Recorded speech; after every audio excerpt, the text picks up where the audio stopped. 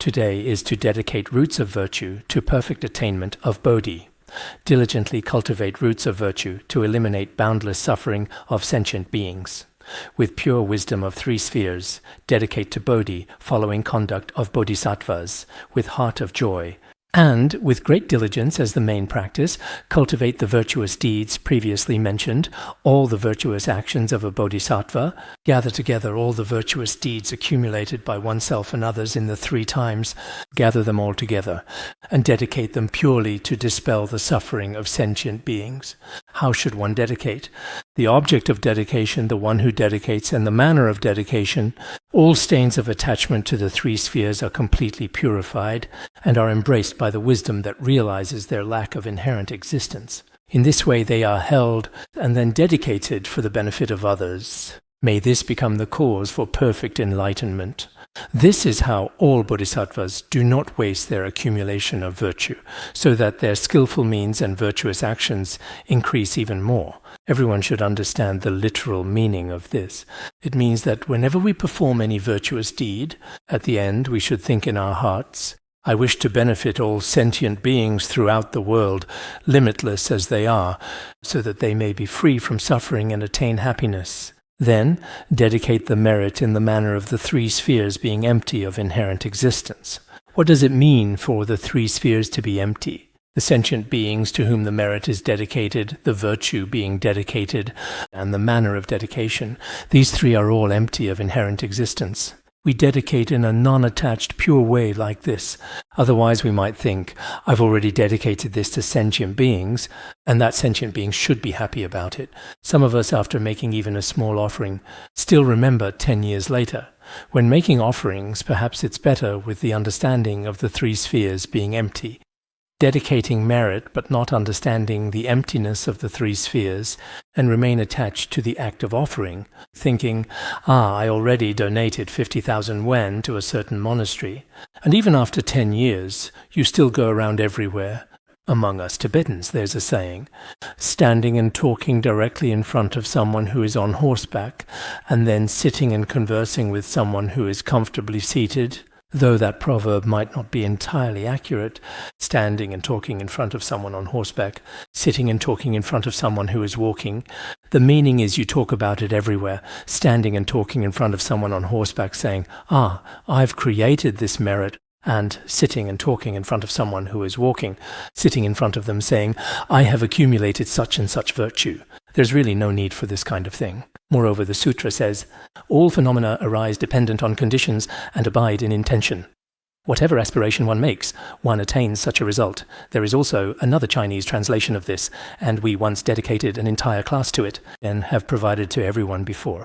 The meaning is the same in all versions. No matter what aspiration or dedication, you will achieve results. The merit you accumulate, however you dedicate it, you will receive a corresponding result. Therefore, it is essential to dedicate your merit. Truly, when we dedicate merit, we must think dedicating it to all sentient beings. Of course, sometimes as ordinary people, we may wish that the merit we have accumulated today brings us happiness, joy, health, and freedom from illness. This is permissible. Dedicate this merit for the benefit of all sentient beings, as stated in the way of the Bodhisattva, that whether directly or indirectly, all actions should be for the benefit of others. One should dedicate all merit for the benefit of sentient beings and for the attainment of supreme enlightenment. This scriptural teaching is important. When performing virtuous deeds, we should benefit sentient beings, and all the merit we accumulate should be dedicated solely for the benefit of sentient beings. We must dedicate our merit for the benefit of others. This becomes the cause for attaining perfect enlightenment. Such dedication, until one attains Buddhahood, ensures that the merit will never be exhausted and will only continue to increase. If we dedicate our merit in this way, before we attain Buddhahood, this merit will never be depleted. Therefore, this is the most supreme form of dedication. This is also stated in the Boundless Wisdom Sutra. When merit is dedicated to enlightenment, it will not be exhausted until the attainment of Buddhahood. As long as we dedicate our merit properly, this merit will not be easily depleted.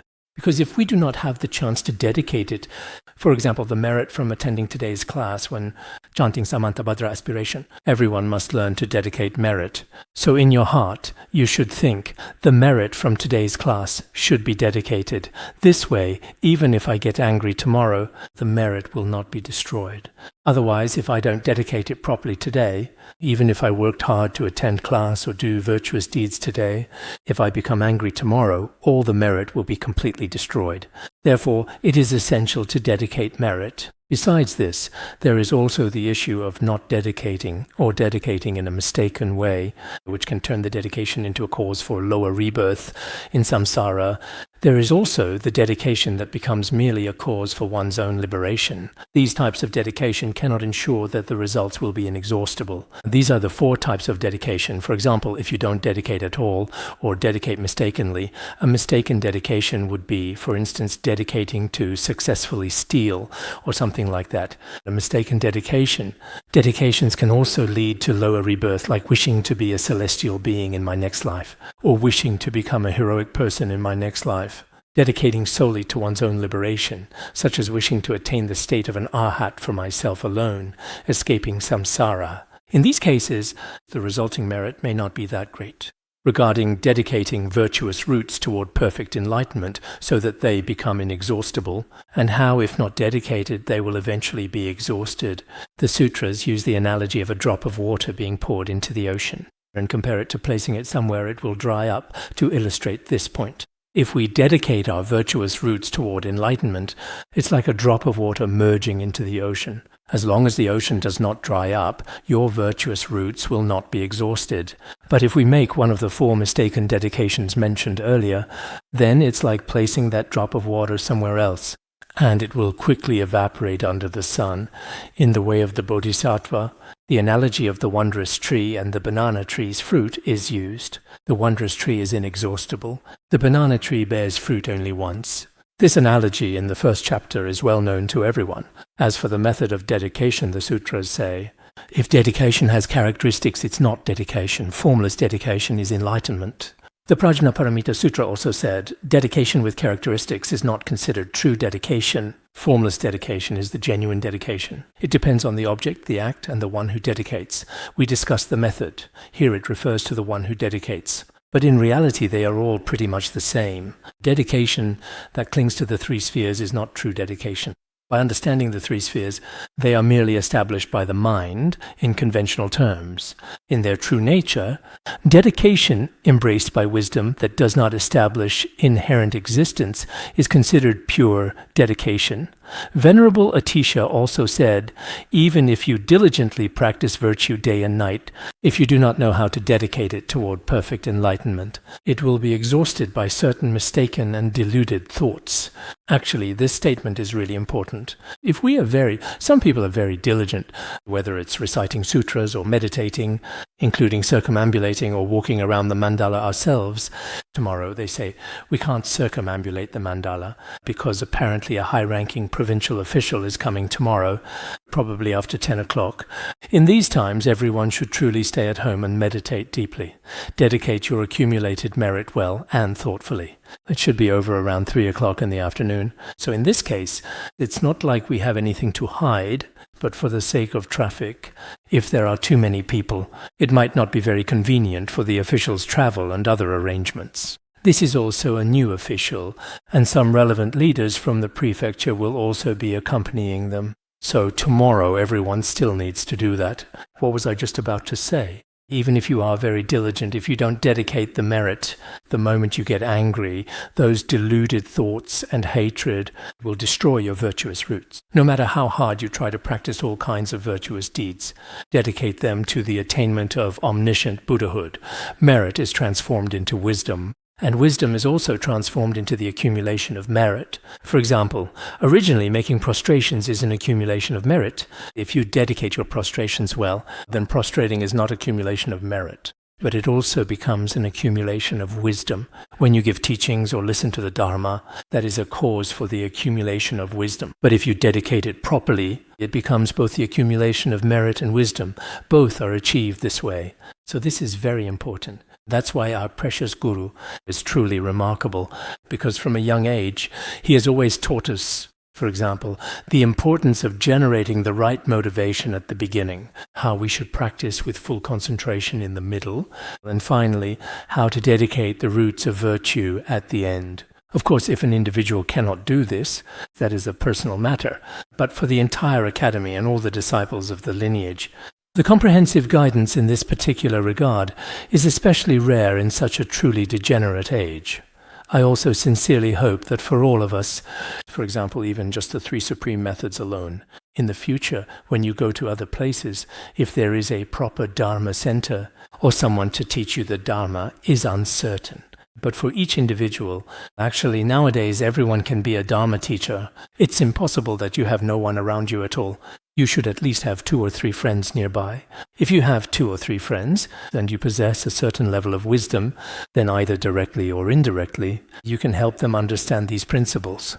This is what is called turning the wheel of Dharma.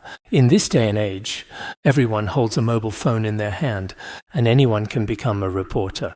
At the same time, if each person has the ability and has such motivation, then actually sharing these Buddhist teachings, whether directly or indirectly, is also possible. If one person can guide another and understands dedication of merit and how to give rise to bodhicitta, I think this is extremely meaningful. This is what it means to benefit sentient beings. Roots of virtue accumulated 3 times dedicated towards supreme enlightenment, merits towards sentient beings. Venerable Dromtonpa also said, all Dharma should be embraced by the wisdom that does not grasp at the 3 spheres. Dedicate all roots of virtue to all sentient beings and to the shared accomplishment of perfect enlightenment. Okay?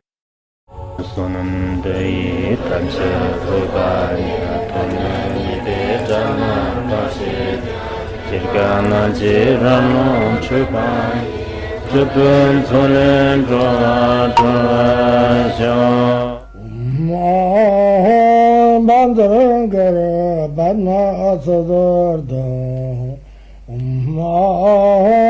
Bandangara Badna Sodargye Bandangara Badna Sodargye